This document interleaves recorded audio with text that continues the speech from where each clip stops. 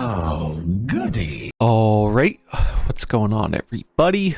Zombies here again, and today we're back with another Marvel Snap video. So today we got the OTA, and it's first one in a little while, but probably the biggest OTA we have ever received in the history of this game.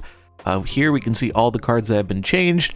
I'm not going to go super in depth on these. I'm sure many of you have already seen this, or maybe you're seeing it now for the first time. Pretty self-explanatory just looking at the numbers. A little bit of clarification though for cards that it's not super clear just looking at the numbers here. Kitty Pryde obviously is getting some default stats here, but the trade-off is she is only going to be +1 power when she goes back to hand.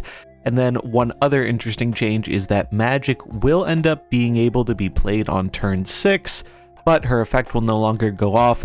However, that part of her change is not going to be happening until the next major patch, but it is another change they are making to the card. Other than that, these are all purely numbers changes, so they're pretty self-explanatory just looking at the images we have here on screen. But there are some pretty crazy changes here, most notably the Phoenix Force, bounce getting knocked down a lot, and magic being 3 mana is kind of insane. So I brewed together some decks I think are going to take advantage of all these changed cards. Let's take a look at them. Now, as we're diving into the decks here, the deck builder isn't updated with the new updated cards yet, but by the time this video goes live, cards should be live in game. So first deck here, we have a Sarah control deck. If you want to keep playing Kitty, keep playing Hitmonkey after these changes, I think Sarah's going to be the way to go. Maybe Bounce ends up surviving, but I think it is going to be quite a lot worse, and Sarah is going to become the best shell for these cards. This is a pretty stock Sarah list I've had a lot of success with.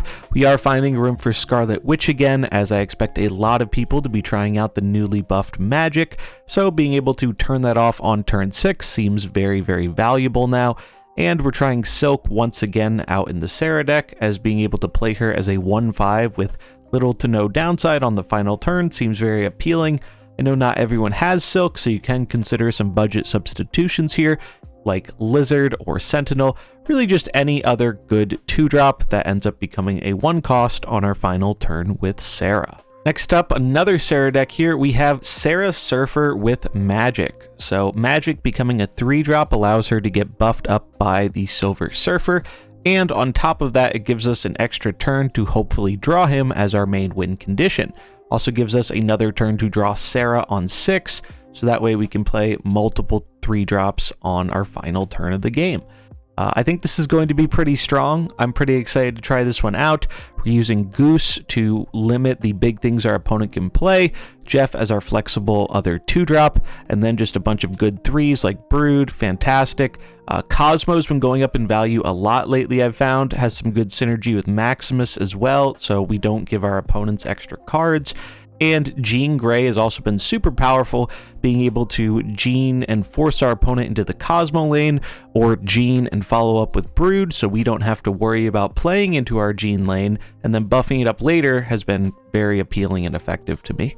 Next up, we have the deck I like to call the Season Pass Seller, because this buff to Phoenix Force is pretty insane. Now, you might remember I was calling Phoenix Force one of, if not the worst Season Pass cards to ever release, and it appears the developers felt that way too, but they decided to buff it to a pretty insane degree here.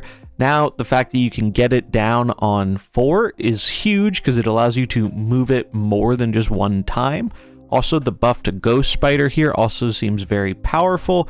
I think the strongest home for this deck is going to be a Shuri Shell. We have all 3 destroy effects here to make sure we can blow up our Human Torch or Multiple Man in the early game, get down a Shuri or the Phoenix Force on turn 4, move it around on the following turns, then we can always copy it with Taskmaster.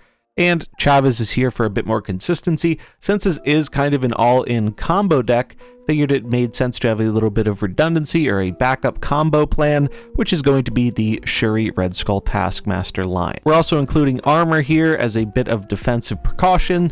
Even though the multiple man Phoenix actually won't die to Shang anymore, it does help out in the games where we're trying to Phoenix Force the Human Torch. Ghost Spider was a buff I was really surprised to see, but definitely seems like it's going to be useful for the move shell, particularly with a card that came out last month that was a bit underwhelming, which is Spider-Man 2099. Now, is this going to be enough to make 2099 some crazy meta breaker? Probably not, but I had a lot of fun playing the card, and now that is a bit easier to combo with Ghost Spider, definitely seems like a pretty big boon for it. This is probably my favorite move list that I've played recently. I really liked the Magneto as an alternate 6-drop, as a lot of opponents just kind of assume, oh, they're playing an all-in move deck, surely they're going to play Heimdall on the final turn, and you can often surprise them with the Magneto. Other than that, we're just slamming in all the other good move cards and calling it a day. And we have SpiderHam. So SpiderHam ate a bit of a nerf here, going from a 1-1 to a 2-2. Probably pretty warranted. I think SpiderHam was one of the best 1-drops in the game, and there's nothing wrong with slowing him down a little bit and giving him a bit of stats to compensate. I think there are two main decks you want to be trying him in after the patch.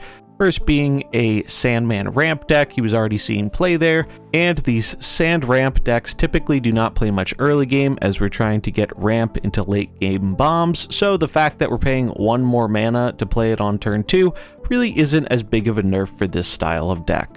And then the other option we have for Ham here is jamming him in Cerebro 2. I do think this is going to be maybe even a mainstay of Cerebro 2 because the card is still very, very powerful at 2 mana, helps us deal with a late game threat from the opponent, while still giving us another 2 power unit to buff with our Cerebro. Next up, we have a Hela Tribunal deck. So this is one that's actually been getting a bit of popularity even before the OTA going live. Safety Blade brewed this one up, and I really, really like the ideas going on here.